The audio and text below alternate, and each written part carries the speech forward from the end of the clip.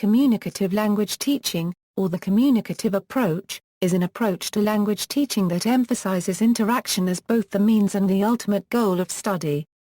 Background. Societal influences. Communicative language teaching rose to prominence in the 1970s and early 1980s as a result of many disparate developments in both Europe and the United States.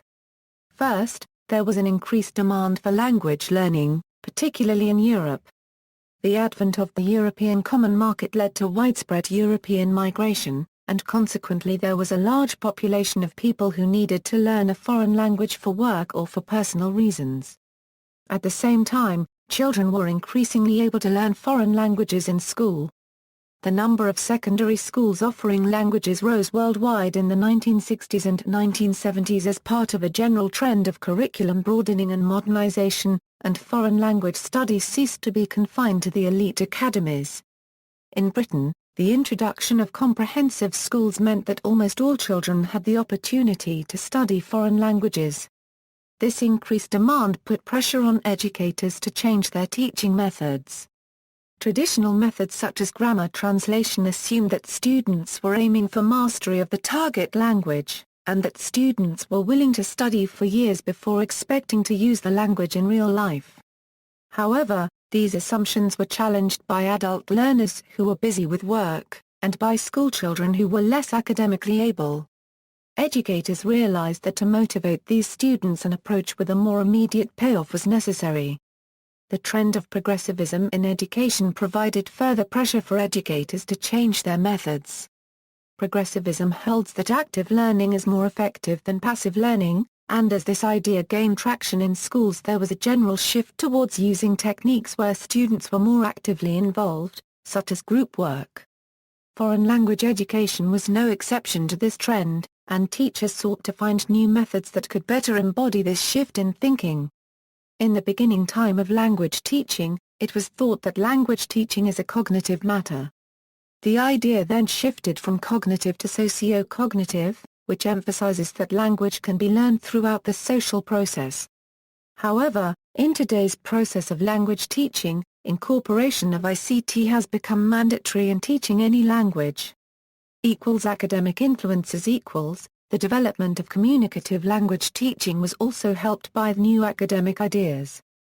In Britain, applied linguists began to doubt the efficacy of situational language teaching, the dominant method in that country at the time. This was partly in response to Chomsky's unregistered trademark's insights into the nature of language. Chomsky had shown that the structural theories of language prevalent at the time could not explain the creativity and variety evident in real communication.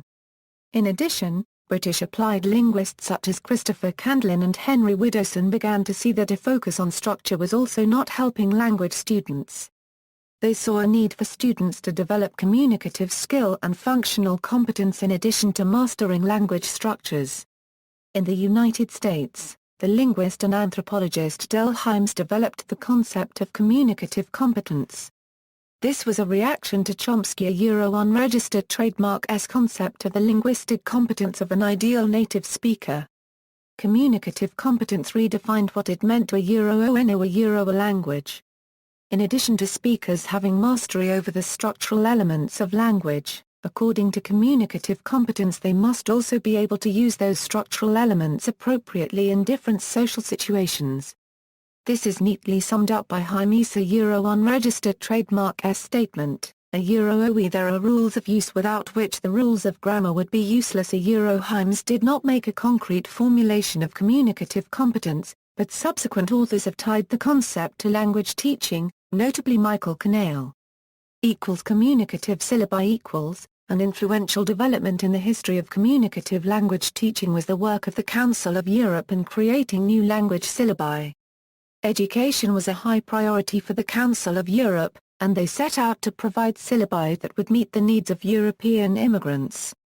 Among the studies used by the Council when designing the course was one by the British linguist, D. A. Wilkins, that defined language using a notions and a functions rather than more traditional categories of grammar and vocabulary.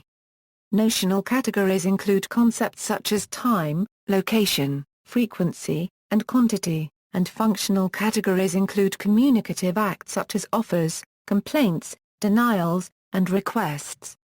These syllabi were widely used. Communicative language learning materials were also developed in Germany.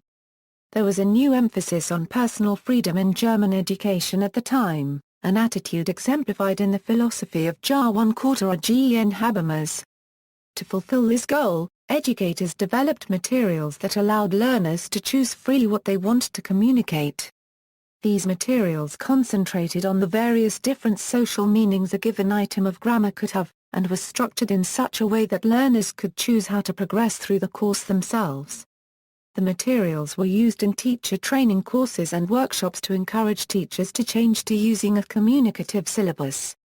Two similar projects were also undertaken by Candlin at Lancaster University, and by Halleck at the University of Nancy. Meanwhile, at the University of Illinois, there was a study that investigated the effects of the explicit teaching of learning strategies to language learners. The study encouraged learners to take risks while communicating, and to use constructs other than rote memorized patterns. At the study unregistered trademark's conclusion, students who were taught communicatively, fared no worse on grammatical tests than students who had been taught with traditional methods. And, they performed significantly better in tests of communicative ability. This was the case even for beginners. As a result of this study, supplemental communicative activities were created for the French CRA Permil DIF course Voix et Visages de la France. These materials focused on classroom autonomy. And, learners were taught various phrases they could use to negotiate meaning, such as a oehat unregistered trademark s the word for a euro and a oeidonia unregistered trademark t understand a euro. Outline: CLT is usually characterized as a broad approach to teaching, rather than as a teaching method with a clearly defined set of classroom practices. As such, it is most often defined as a list of general principles or features. One of the most recognized of these lists is David Nunn's unregistered trademark S5 features of CLT, an emphasis on learning to communicate through interaction in the target language. The introduction of authentic texts into the learning situation. The provision of opportunities for learners to focus, not only on language but also on the learning process itself. An enhancement of the learner unregistered trademark's own personal experiences as important contributing elements to classroom learning. An attempt to link classroom language learning with language activities outside the classroom. These 5 features are claimed by practitioners of CLT to show that they are very interested in the needs and desires of their learners as well as the connection between the language as it is taught in their class and as it used outside the classroom. Under this broad umbrella definition, any teaching practice that helps students develop their communicative competence in an authentic context is deemed an acceptable and beneficial form of instruction.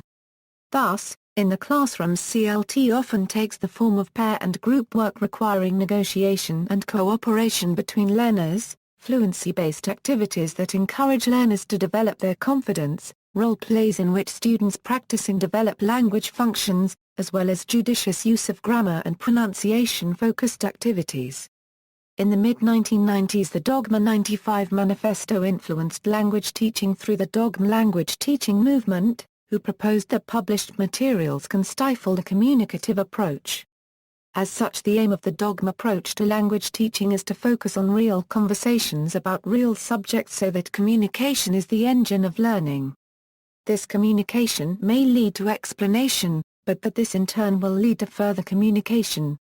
Classroom activities used in communicative language teaching include the following: role play, interviews, information gap, games, language exchanges, surveys, pair work, learning by teaching. However, not all courses that utilize the communicative language approach will restrict their activities solely to these.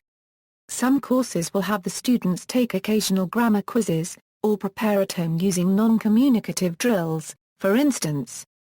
William Glass's control theory exemplifies his attempts to empower students and give them voice by focusing on their basic, human needs, unless students are given power. they may exert what little power they have to thwart learning and achievement through inappropriate behavior and mediocrity.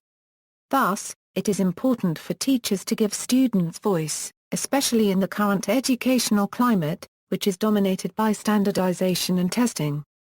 Critiques of CLT. One of the most famous attacks on communicative language teaching was offered by Michael Swan in the English Language Teaching Journal in 1985. Henry Widdowson responded in defense of CLT, also in the ELT Journal, 158-161. More recently, other writers have critiqued CLT for paying insufficient attention to the context in which teaching and learning take place, though CLT has also been defended against this charge. Often, the communicative approach is deemed a success if the teacher understands the student. But, if the teacher is from the same region as the student, the teacher will understand errors resulting from an influence from their first language. Native speakers of the target language may still have difficulty understanding them. This observation may call for new thinking on and adaptation of the communicative approach. The adapted communicative approach should be a simulation where the teacher pretends to understand only what any regular speaker of the target language would and reacts accordingly. See also, task-based language learning, notional functional syllabus, learning by teaching, language education, language exchange, teaching English as a foreign language, English as an additional language. Notes. References.